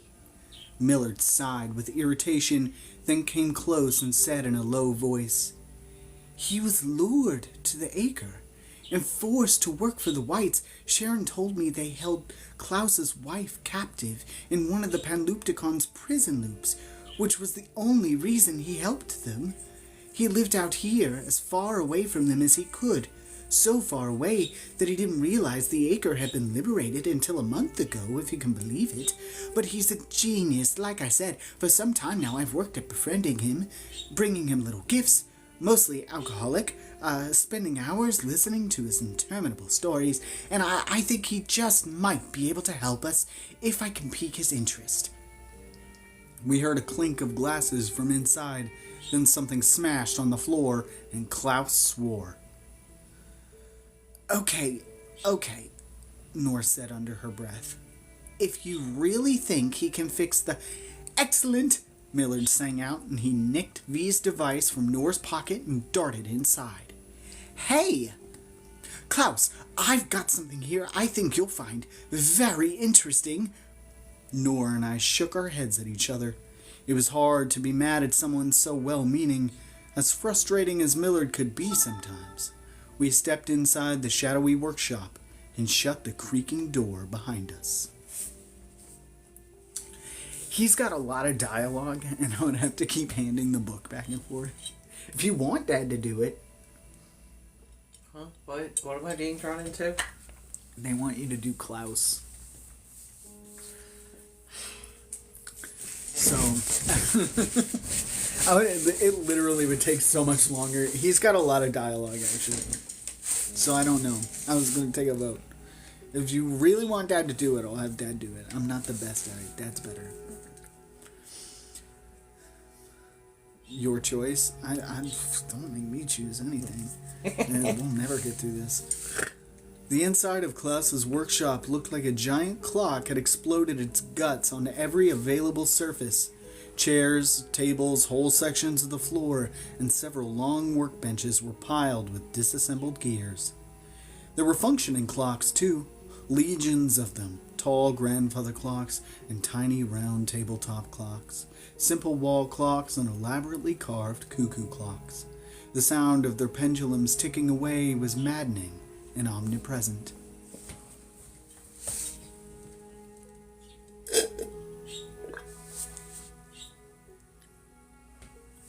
Oh, you want to swap out my drink for me? Just swapping them out. Appreciate it. That's what I'm here for. Man, we can't agree on shit. And Crimson's like, yeah. And Denny's like, only if Dad wants to. And then Ray is like, technically this is Dad's choice. Like, nobody can agree on anything. I'm like, look, it's just two options. Dad or me. Pick one. Dad's down for anything. I'm down to clown. Oh god, I'm so old. Klaus stomped out of a back room with a tray of mismatched mugs and cleared the section of the workbench nearest us with a sweep of his massive arms. Who likes rye whiskey? Made this batch myself. He shoved a mug into Nor's hand, then one into mine, then waved a third in Millard's general direction until our invisible friend took it from him. Welcome, Skull. Sláinte to your health, Klaus said, upending his own mug into his mouth. Millard's glass rose and turned, and a stream of green liquid dribbled out and then disappeared as it passed his lips. Nor shot hers back, then coughed and looked as if she'd been struck across the face. I took a tentative sip. It tasted like fire, and held onto the mug, hoping Klaus wouldn't notice that the booze he'd poured me was still mostly there. A lot better than the swill they serve at the Shrunken Head, eh? Said Klaus. And it'll shine the tarnish off a pocket watch better than any solvent you can buy. The fiery trickle of alcohol down my throat gave me a flashback to the priest hole, that malodorous dive on Cairnholm where my dad and I had stayed. It was unimaginable that it had all happened less than a year ago. At such a short time ago, I hadn't met Millard yet, or Emma, or Miss Peregrine. The boy I'd been then was a stranger to me now. That was another life. This is quite the piece of history you've got here, Klaus said. Millard had handed over the expulsator, and Klaus was bending over to examine it, a magnifying loupe strapped over one eye, which made him look like a myopic cyclops. He flipped the device over in his hands, then used a tiny screwdriver with a head the width of a needle to pop it open. Despite his recent intake of high-proof liquor, or perhaps because of it, his hands were steady.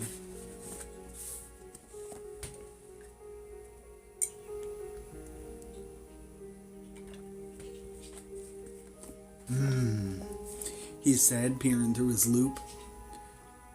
Fascinating. He flipped away the loop and snapped his head toward Millard. Have you shown this to Perplexus Anomalous? No, Perplexus has no interest in mechanical things. Paper and maps and differential equations, yes, but... That man's got sticky fingers, Klaus said abruptly. Show him something shiny and you're likely not to get it back. He toured my shop last week and next thing you know, I'm missing a femur from my best and oldest bone clock. I couldn't see Millard's expression, but I was sure it was one of disbelief.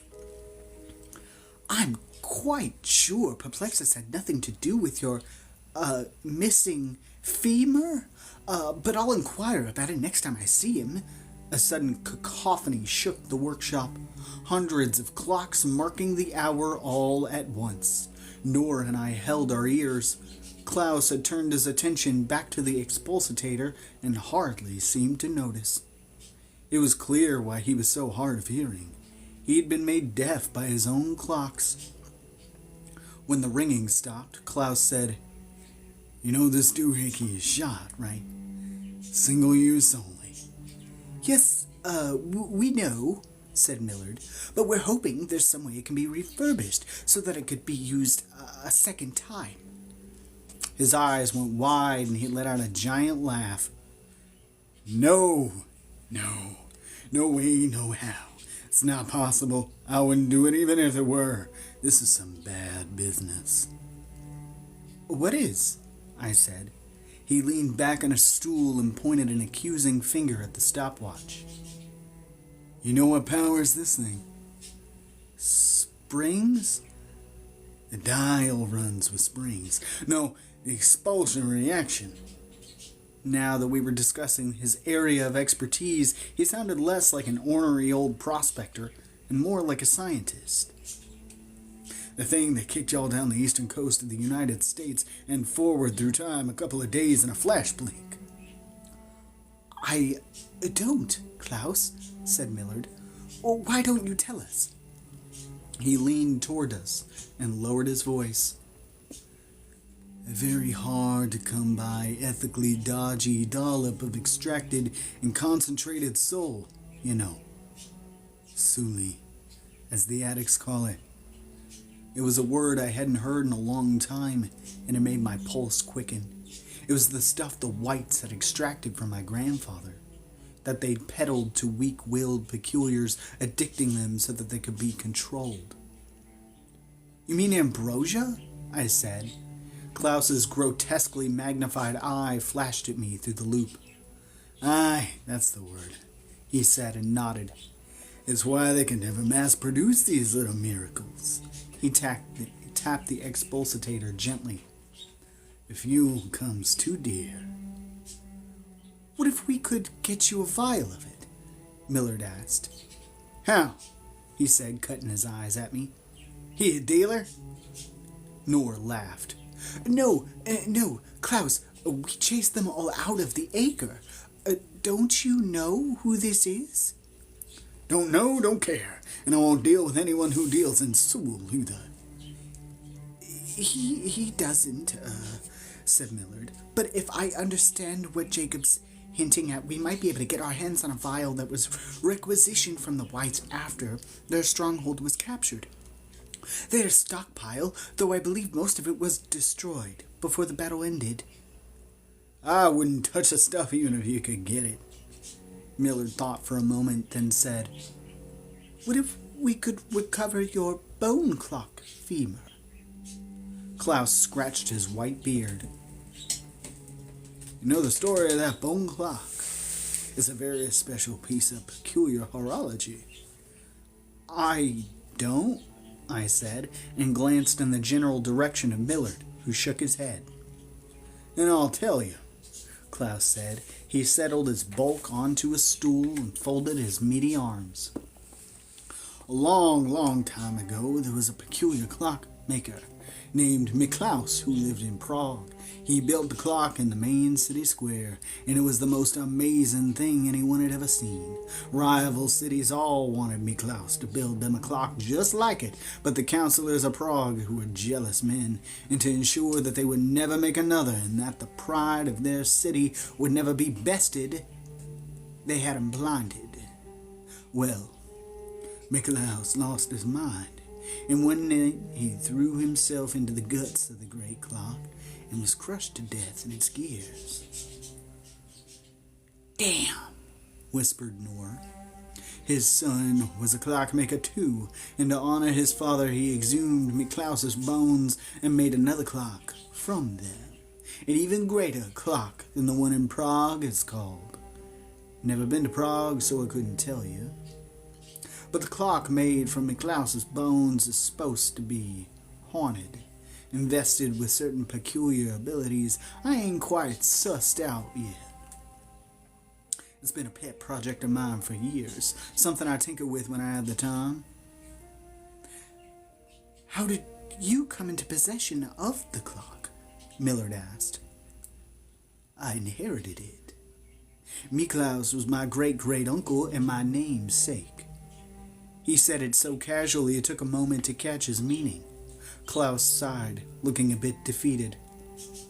I tried busting down Perplexus's office door to get her back, but the guards chased me out and some muckety-muck told me if I tried anything like that again, I'd be kicked out of the acre. I didn't want to come here in the first place. But he shrugged and his shoulders sagged, and for a moment he looked very small despite his hefty frame. But now it's home.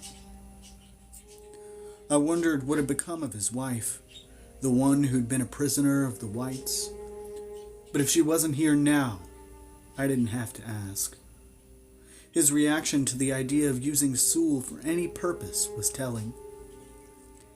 If we can get you that bone, I said, and bring you a vial of Sewell, would you reset the expulsitator?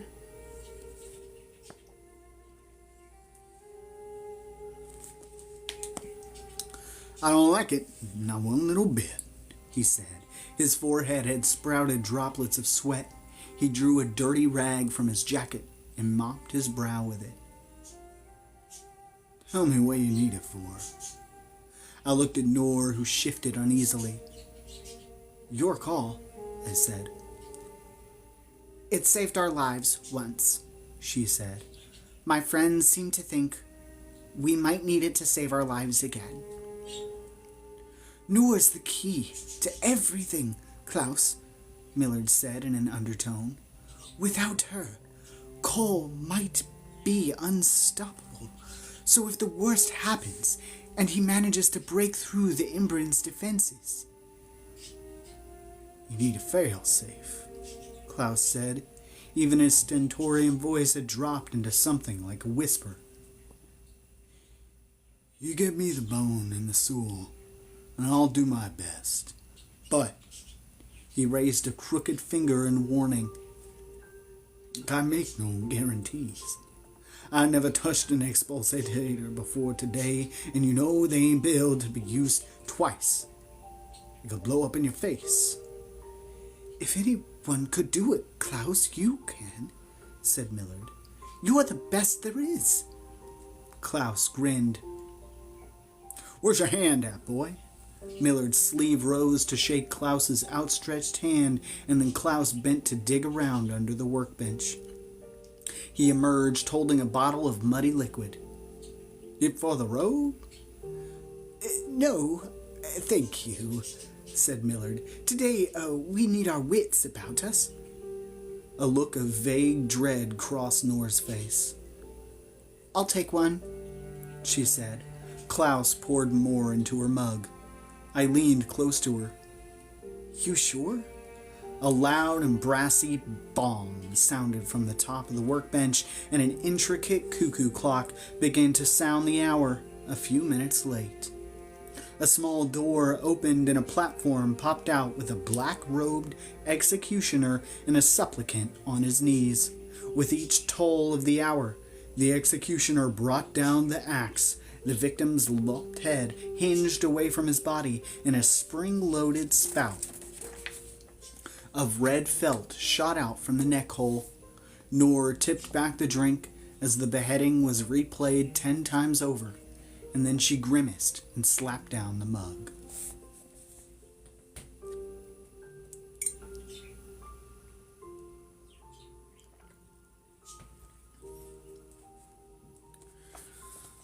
I was starting to worry about Nor.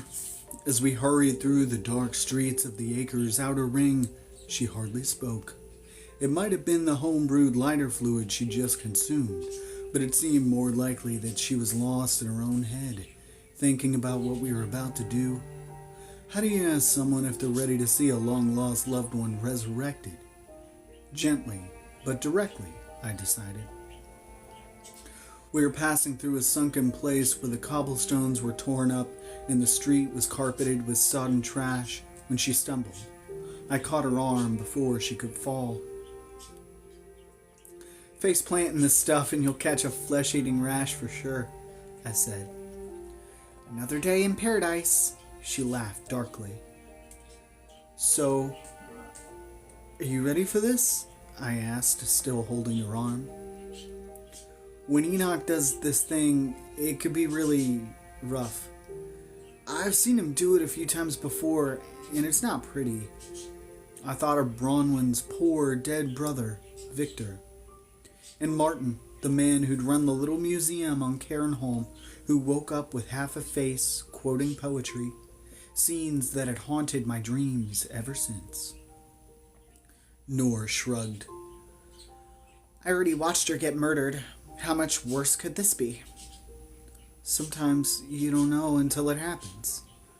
We walked in silence for a little while, and then quietly she said, Did you ever wish you could talk to your grandfather again? You mean Enoch's way? No, just any way. For a while after I got here, I thought about it all the time. I wanted to know his opinion on everything. I wanted to tell him what I was doing, show him who I was becoming. I thought he'd be proud. I nodded, slightly embarrassed. She wrapped her arm around mine. I'm absolutely sure he would have been. Thanks. I hope so, I said, a sudden swell of emotion sneaking up on me. I still missed my grandfather, though it was a low, background kind of ache, but certain memories could sharpen the ache until it became momentarily unbearable. I took a deep breath. She glued our sides together as we leapt over a wide puddle. The ache dulled, and in its place I felt an overwhelming gratitude for Nor. She could make me feel so much with just a word or two, because I never doubted she meant them. She was never fake with me, never for a second. She was guileless without being naive. 2 more line items on a growing list of things I loved about her. Anyway, I said, gathering myself again, there came a point where I stopped needing that as much, when what he would have thought of me became less important than what I thought of myself. So, as much as I miss him, now, I think it's better that he just stay gone. I never needed those things from V, she said. I was too angry at her for dying. The truth would have broken me if I'd have known it back then. Still, I think it'd be better if you weren't in the room when it happened. No, I need to be there. Why? What if she's more than just Enoch's puppet? What if there's some part of her that's actually present? Some spark? There's no spark, Nor. It's like something out of a horror movie, I thought, though I kept that to myself. You don't need those images rattling around in your head for the rest of your life.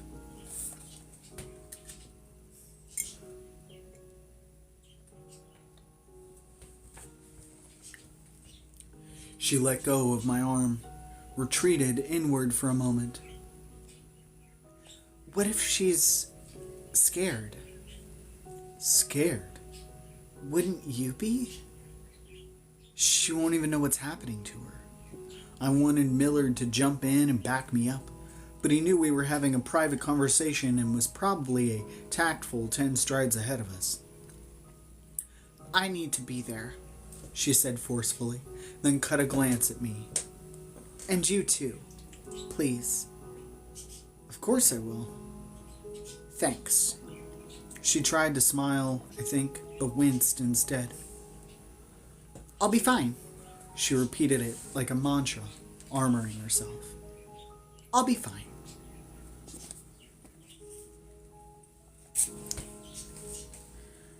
And that is the end of chapter 8. How you feel? Why you look like that? Why are you looking at me like that? Oh, that's because I'm just thinking over all the fun things. Just the psychotic nature of Klaus. Yeah. Kind of reminds me of a very angry, what I would imagine my But yeah, he has like grandfather a, would have sounded like. yeah, he has like a whole backstory, and I was like, Dad can't sit there and He's memorize Prague, all so of he's, this. so that means he's Czech. So he has a slight. He could have a slight Serbian accent, slightly He's never crazy. been there. Oh, okay. He's born in America. I Okay, mentioned so that. He's never been to Prague. Okay. Yeah, he was born in America. You can make him sound like an angry Mel Brooks Yeah, kind so of I thing. just kinda- like, I just kind of went with whatever I could do at the time, whatever was left with my voice. Is what I Heard. did. Heard. Because I don't have a whole lot in the tank. Like, if you're more than halfway through, I gotta make sure that the quality doesn't. It's gotta be something I can maintain for a while. Oh, and by the way, 15 was her limit. 15, trying to jump in the Arby's bag. Yeah. Dad prevented Toast from jumping in the Arby's bag 15 times. Yeah. So he's doing a good job. A wild kitten. Now passed out on cloud. All right. How do we feel? Klaus is awesome loving. How are we feeling? We're about to resurrect a dead body. Where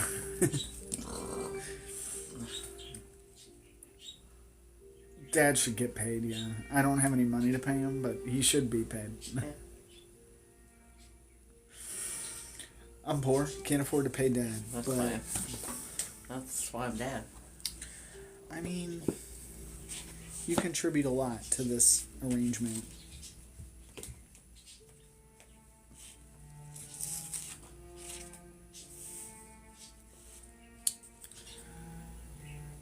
You gotta love a small dose of resurrecting the dead. Oh, thank you for the donuts, Swiftblood. Appreciate it.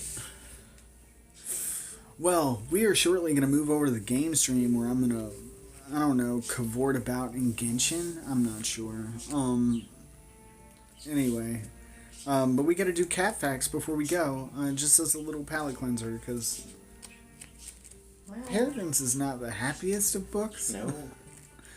And sometimes you just need a little pick-me-up. And we all like Genshin hours. Yeah, no, legitimately, I was like, I've just been playing Genshin all week, so I guess I can play Genshin now that I got the PlayStation hooked up. Haven't stopped playing Genshin. But we're gonna do cat facts and then move over to the stream, and there's probably gonna be a mild latency period where I eat whatever is in the Arby's bag. I didn't know we were getting Arby's. I got it back because of... Yes! Let's all play Genshin. Anyway. So today, we're gonna do the Manx. Is everybody ready for their cat breed of the day?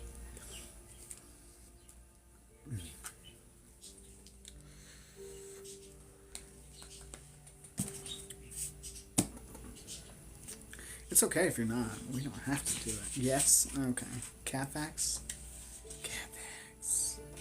You got it. Okay. The Manx cat and its long hairy counterpart, the Cymric cat, are the tailless cats native to the Isle of Man, an independent island midway between England and Northern Ireland in the Irish Sea. Despite its location, the Isle of Man has been relatively isolated, keeping its eccentric local customs and culture, and with an entire body of its own folklore dating back to ancient times. The Manx cat is a hunter and mouser prized by the island's farmers since the 1800s. Like the bobtail cats, the Manx cat's mutation was probably encouraged by its small territory and lack of outside crossbreeding. Unlike the bobtail cats, the mutation is the result of a gene that can endanger the cat's health, even when it's still in utero. The wrong genetic combination is fatal, and depending on how the gene expresses itself in growing cats, they can develop severe arthritis or have debilitating shortened spines. Healthy Manx cats can have anything from a rumpy with no visible tail at all to a longy with a nearly normal length tail. Manx cats are compact and rounded. They have short necks and limbs and are strong and muscular without being stocky. Manx cats in shows can be almost any color or combination of colors considered genetically possible. And their rounded hindquarters give them an appearance of a cat always ready to pounce. Their skill as hunters helped them spread to nearby countries where they were beloved as ship's cats. Now this one's got a long tail, but look at that. Look at it. Adorable. Look at the baby. Baby. And as always, I heavily encourage you to go look up the cat breeds because they're always super cute and everybody loves them. And also, if you get the chance and you haven't already, check out the Miss Peregrine's Home for Peculiar Children series by Ransom Riggs, which will be resuming next week. We do this every Tuesday at 8 Central. You know that, unless you're new here, in which case you just stayed. Like you came in while I was doing an old prospector and you stayed. Okay. I don't know what that says about you, but if you want to come back next week, you totally can. And if you want to catch up on the parts you missed, you can go to my YouTube link in the bio, or once more, try and buy the book. It's really fun. We're going to be doing this again at 8 p.m. Central next Tuesday. And now we're going to go play video games for several hours. Where is that at? I don't know. It's not here. Don't worry about it. Anyway, I don't even know if the Discord's in the link tree. Might not. Anyway, but thank you all for joining me, and I'll see you guys next week. Or I won't. I will. It'll be fine. I'll be here. Dad'll be here. The cats will be here. Yeah, We'll all still be here. Unless we die. No, that's not. I'm joking. That was a bit. Thank you all for staying with me. I'm always like, unless I'm never here again, and then I always come back. Oh, that was an indirect FNAF reference that I didn't mean to make. Anyway, yeah, guys, next week, you got it. You do it every week, all the time. You know it. I'm gonna eat Arby's now.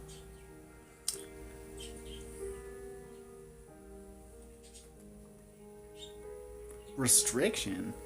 I'm ending it. It doesn't matter.